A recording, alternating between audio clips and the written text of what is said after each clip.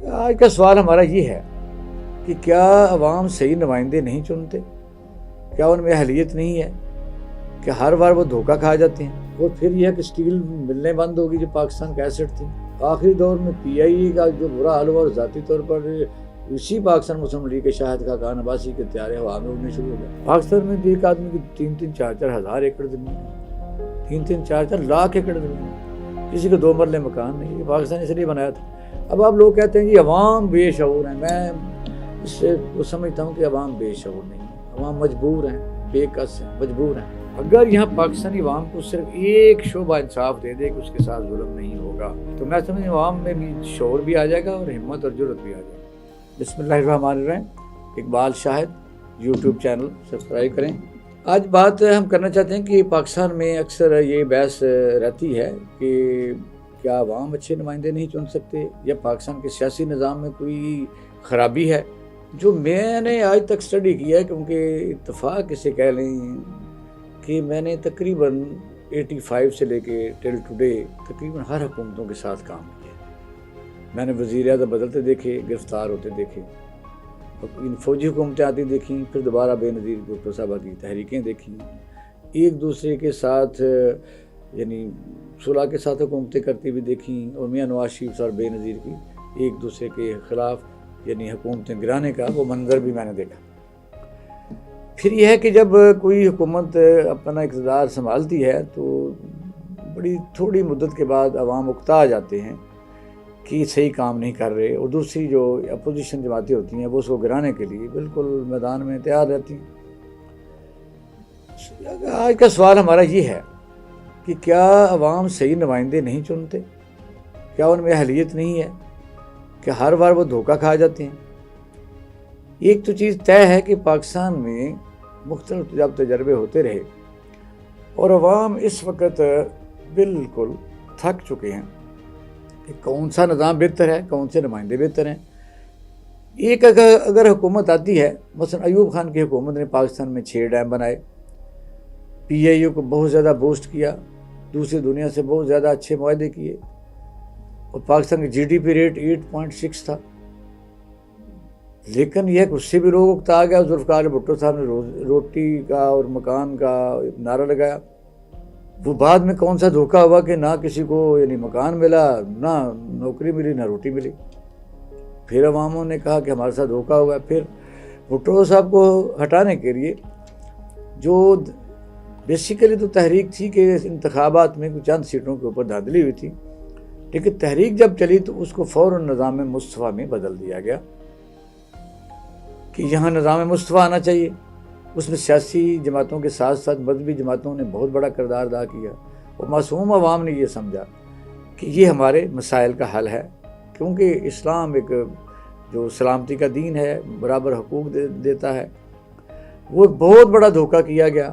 عوام نے دیکھا کہ وہی مذہبی جماعتیں، سیاسی جماعتیں جب اقتدار میں آئیں تو پھر ایسے بندے کو لے کے جو ضیاء الحق کی شکل میں، جنہوں نے پاکستان میں وہ تباہی بربادی کی کہ آج تک اس کا ہم خمیازہ بھگت رہے ہیں۔ کبھی وہ روس کو نکالنے کے لیے امریکہ کے ساتھ جڑ گئے، پھر یہ ہے کہ فوجی حکمرانی اس حد تک آ گئی کہ تمام سویلائز اداروں میں فوجی افسران تعینات کر دیے گئے، عوام بے روزگار ہو گئے، بڑے بڑے اداروں کے سربراہ مقرر کر دیے گئے، ان میں بھرتی بھی ان کے ریٹائر لوگ آ گئے۔ چلو خیر وہ پاکستانی ہیں، لیکن یہ ہے کہ پھر وہ ایک لمبا دور چلا اور بے نظیر صاحبہ نے ایک لمبی تحریک چلائی، جس کے نتیجے میں دوبارہ اور آخری دور میں ضیاء الحق صاحب نے ایک نان پارٹی بیسس پر الیکشن کرائے۔ پتہ چلا کہ یہ سیاسی جو پارٹیوں کے سربراہ ہوتی ہیں یہ کرپٹ ہیں، نئے لوگ لائے جائیں۔ نان پارٹی بیسس پر لوگ آئے، سائیکلوں پر آئے، اخبار بیچتے آئے، ٹرک چلاتے آئے، لیکن وہ پھر وہی انہوں نے کیا جو مٹی میں مل گئے۔ آتے وہ کروڑ پتی ارب پتی بن گئے۔ وہ پہلی دفعہ جو اب یعنی ڈیولپمنٹ فنڈ کی صورت میں ایک رشوت کا آغاز کر دیا گیا۔ عوام پھر بھی دیکھتے رہ گئے کہ یہ ہم نے نیا دھوکہ ہمارے ساتھ ہوا ہے۔ پھر اربن جو علاقے ہیں ان میں سے میاں نواز شریف صاحب کی قیادت ابھری۔ لوگوں نے کہا کہ یہ لوگ اچھے ہیں کیونکہ ان کی فیکٹریز ہیں، اچھا چلانے کا تجربہ ہے۔ پھر آپ نے دیکھا کہ جو پبلک ٹرانسپورٹ ہر سڑک پر دوڑتی پھرتی تھی چھوٹے چھوٹے قصبوں سے، وہ ایک دم غائب ہو گئی۔ اور پھر یہ کہ اسٹیل ملنے بند ہوگی جو پاکستان کا ایسٹ تھی۔ آخری دور میں پی آئی اے کا جو برا حال ہوا اور ذاتی طور پر اسی پاکستان مسلم لیگ کے شاہد خاقان عباسی کے طیارے ہوا میں اڑنے شروع ہو گیا، ریلوے کو تباہ کر کے غلام احمد بلور کو جو الائڈ تھا یعنی حکومت میں مسلم لیگ نون کے ساتھ، اب ریلوے تباہ کر دی گئی۔ مسئلہ یہ ہے کہ پھر دھوکہ ہو گیا۔ اس کا مطلب ہے کہ عوام تو بدلنے کے لیے کوشش کرتے ہیں، لیکن وہ چہرے بدل کے دوبارہ انہی پارٹیوں کے لوگ ایک دوسری پارٹی میں جا کے، کیونکہ وہ ضرورت بن جاتی ہے تو اس میں شامل ہو جاتے ہیں، وہاں جا کے اسی طرح عوام کا استحصال کرتے ہیں، وہیں عوام کے ووٹ لے کے ان سے بالکل ہی ایک علیحدہ مخلوق نظر آتے ہیں۔ اب صورتحال ہے کہ کیا کیا جائے؟ کیا اس شکنجے سے نکلنا آسان ہے؟ میرے خیال میں مشکل ہے، بلکہ ناممکن لفظ تو نہیں کہنا چاہیے، مشکل تر ہے۔ وہ اس طرح کہ آپ دیکھو کہ سندھ میں بہت بڑے وڈیرے موجود ہیں، ان کی اتنی بڑی زمینیں اور ان کے لگائے ہوئے افسران اور ان کی اپنی اولادوں کی فیکٹریاں، شوگر ملیں، ٹیکسٹائل ملیں، بڑے بڑے پروجیکٹ، ٹھیکیداریاں، ان کے درمیان ووٹ دینے والے غریب غربا بے آسرا زمین سے محروم، جو کسی بھی فلاحی مملکت کا تصور ہے کہ مکان تو آدمی کا ہونا چاہیے، اور پاکستان تو بنا اس لیے تھا کہ ایک ایسا گھر بنایا تھا ہم نے کہ جہاں 5 سے 10 لاکھ آدمیوں نے جانوں کا نذرانہ پیش کیا، تو ہر آدمی کو حقوق ملیں گے جو ریاست کا فرض ہے، جان و مال کا تحفظ ہے، ہیلتھ ہے، ایجوکیشن ہے، گھر ہے، نہیں ملا۔ اب ووٹ لوگ کہتے ہیں جی لوگ اپنی مرضی سے کیوں نہیں دیتے، دے ہی نہیں سکتے، میں دعویٰ کرتا ہوں نہیں دے سکتے۔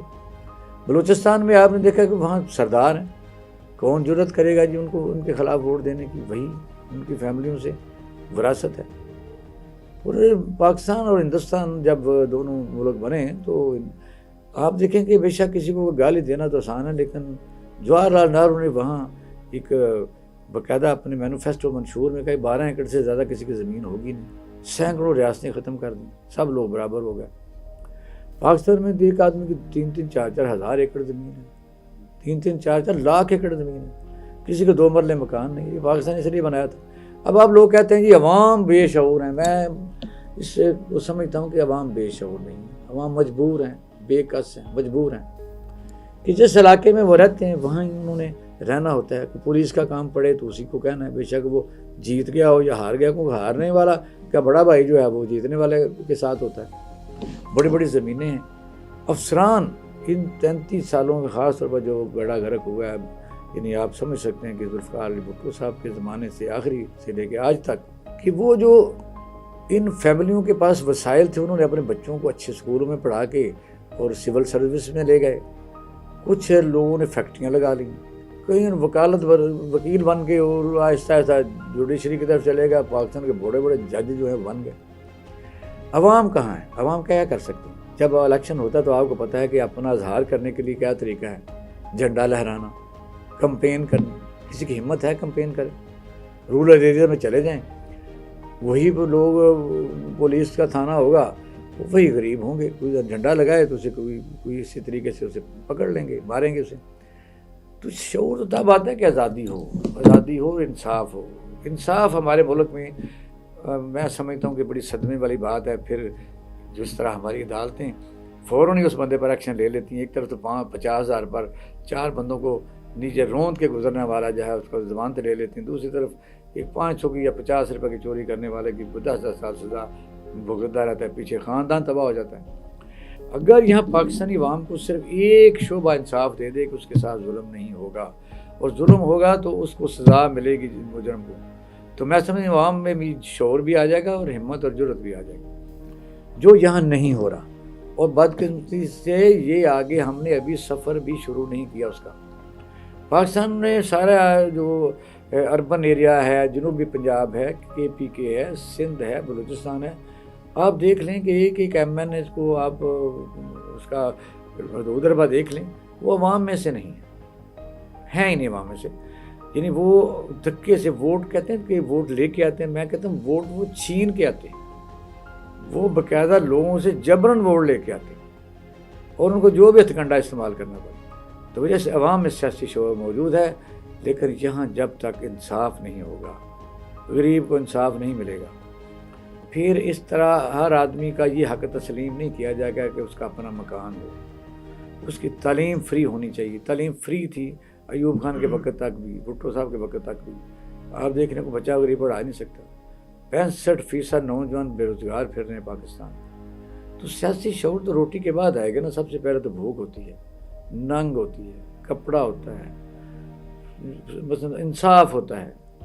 جب تک یہ نہیں ہوگا تو میں سمجھتا ہوں سیاسی شعور نہیں ہوگا, خرید و فروخت ہوگی. اور یہ نظام اگر اسی طرح ہی چلتا رہا تو دنیا میں کوئی بھی قومیں بہت لمبے عرصے تک نہ جی سکتی ہیں نہ آزاد رہ سکتی ہیں. کیونکہ پھر جب ذاتی مفادات اس حد تک آگے بڑھ جائیں کہ صرف اور صرف آپ دیکھ رہے ہیں کہ عوام کے مسائل حکمرانوں کے جو مسائل نہیں ہیں. تو آج کا یہی آپ سے گزارش کرنی تھی کہ اس پر دھیان دیجئے, اپنی اپنی شمع جلاتے رہیں, بات کرتے رہیں. اور میڈیا اپنا فرض ادا کر رہا ہے. پوری دنیا میں روشنی ہو چکی ہے. ایک ہی ترتیب سے لوگ پیدا ہوتے ہیں, ایک ہی مٹی میں مل جاتے ہیں. پتہ نہیں پھر کیوں, اس وجہ سے جب انسان فانی ہے. ہمارے پاکستان کا جو سیاسی نظام ہے یہ انسان کے کوئی مسئلے بھی حل نہیں کر سکے گا. یہ بیکار اور ناکارہ نظام ہے, اسے بدلنا پڑے گا.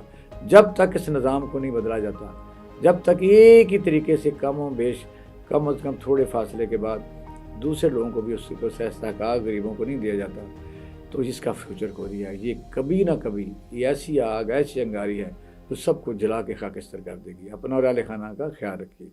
پاکستان زندہ باد.